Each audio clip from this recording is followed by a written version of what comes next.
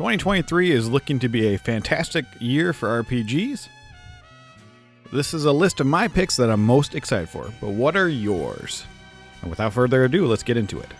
Dragon Quest III is getting a 2D HD remake, and I am super excited about that.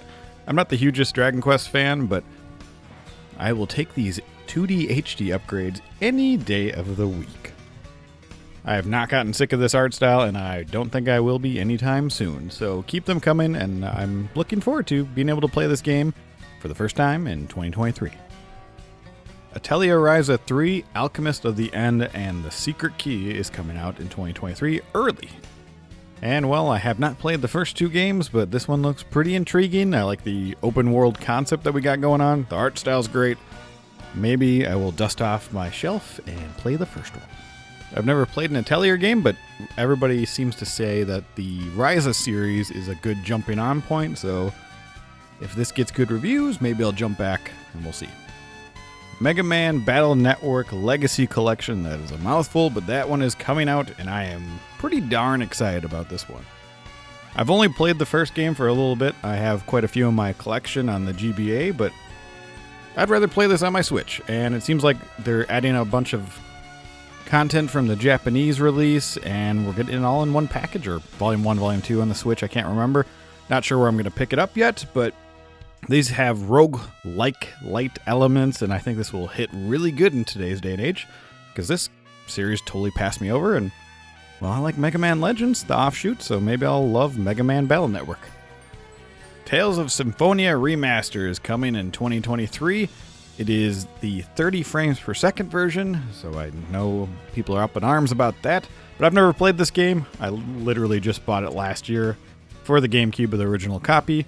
So maybe I'll play that, maybe I'll play this one, but I'm excited. I really like Tales of Vesperia and Tales of Graces F, and I've heard Symphonia is one of the older ones that everybody talks about and praises, so I'm all for some more Tales of games.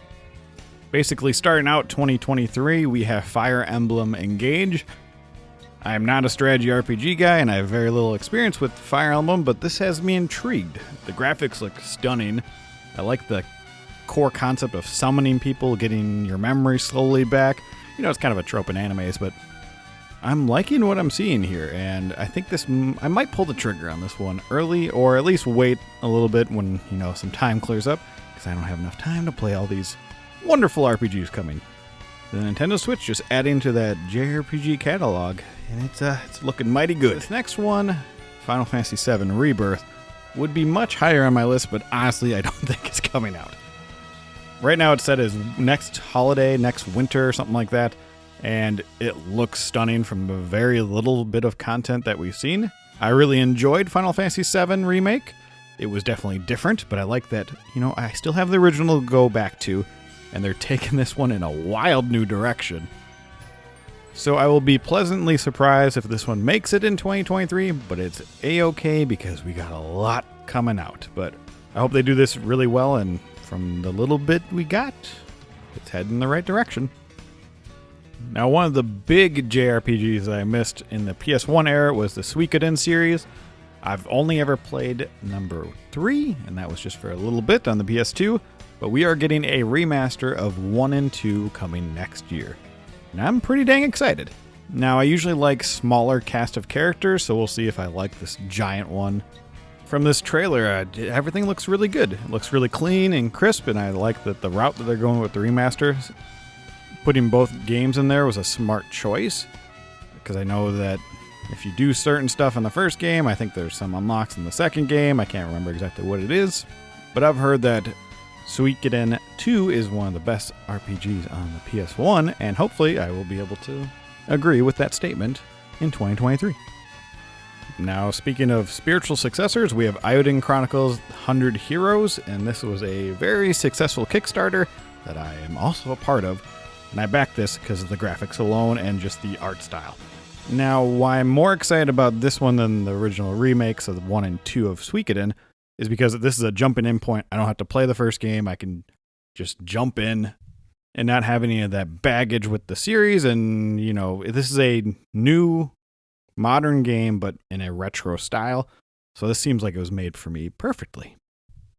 I'm liking what I'm seeing from the character variety and the locations. And the camera angle they use in battle is just such a cool perspective that I hope that doesn't get old, and I'm ready to dive in. I know next to nothing about Grand Blue Fantasy Relink, but it looks cool. Apparently it's based on some other game, but this is the open world-esque action RPG, and it looks glorious. Kind of got some Breath of the Wild vibes going on here. But this one got delayed out of 2022. It was supposed to come out, I think, holiday around that time, but now it's coming this year sometime. We still don't have a firm release date as a time of recording. But this game just looks excellent. I have no expectations or any prior baggage because of the series, other games, doesn't matter. It just looks clean, fun, and that's what I'm looking for in 2023. My third most anticipated game of next year is East 10 Nordics. We don't even have a trailer for this game yet, but they say it's coming in 2023. Now, when Monster Knox got announced, that came out in 2019 in Japan, and it didn't release until 2021 here in the States. So is this game coming in 2023 here? I have no idea. But I'm excited regardless. It looks like it's a continuation of Ys 8 and 9's battle system, or that kind of style of switching characters, but it seems to be focused only on 2 right now. Maybe they'll add more in the trailer, but we definitely get the more color palette of Lacrimosa of Dana, which is exciting. It seems like the traversal, but now we're adding ship mechanics. So I don't know how that's going to go, but I'm excited that they're trying something new. The games are never, AAA quality, high graphics and all that, but they are just absolutely a blast to play with some solid music. So can't go wrong. I loved Ys 9, and I'm ready for Ys 10 now. These next 2 entries could be swapped. Just kind of pick the day and the day of recording. I'm looking forward to this one versus that one. All right, here we go. Final Fantasy 16 looks awesome. This seems to be a very dark and gritty world. We're getting our characters that transform into summons themselves. We're going to a lot of different variety of locations from one of the trailers that we saw. And I don't really have any expectations about the battle system. I know it's going into an action RPG, and I'm okay with that because Final Fantasy has always been evolving. Yeah, they were ATB for a long time, and they were turn-based for quite a while too. 15 obviously went a different direction, more of a Western RPG. And now we got this. This seems like a more medieval-focused Final Fantasy with the battle system of like a Devil May Cry game, which I don't know how it's going to work, but from the very few screenshots we have of the battle system, it seems like there'll be enough there to satisfy me. The cover art, super sweet. All the characters they have shown now, I really like their designs. Yeah, it's a little bit more grounded for the most part, not crazy JRPG hairstyles and buckles and all that jazz, but we still got that flair, a little bit of it, a hint of it at least. And I'm curious where this is going to go, but for some reason I feel like this is going to be a super big standout moment for Final Fantasy. Almost kind of a return to form, even though the form is completely changed. And again, Final Fantasy evolves. It's okay if you don't like it anymore. I try to look at it with an open mind, and I'm also one that loves Final Fantasy 13 too, so there you have it. And number 1 goes to Sea of Stars. This game was supposed to come out in 2022, got delayed, and I'm pretty sure it's coming this year. This game looks absolutely gorgeous. Everything I've seen about it, I'm all in. The graphic style, the turn-based combat, how quickly and fluid you go into battle, a la Chrono Trigger. I know everybody's going to make those comparisons. But it also has button prompts in battle, so it seems kind of like a hybrid of the Mario and Luigi games. So it'll keep me interested and active while playing. Now, the only thing that's a little strange with this one is their previous game was a 2D platformer, and now they're transitioning to an RPG.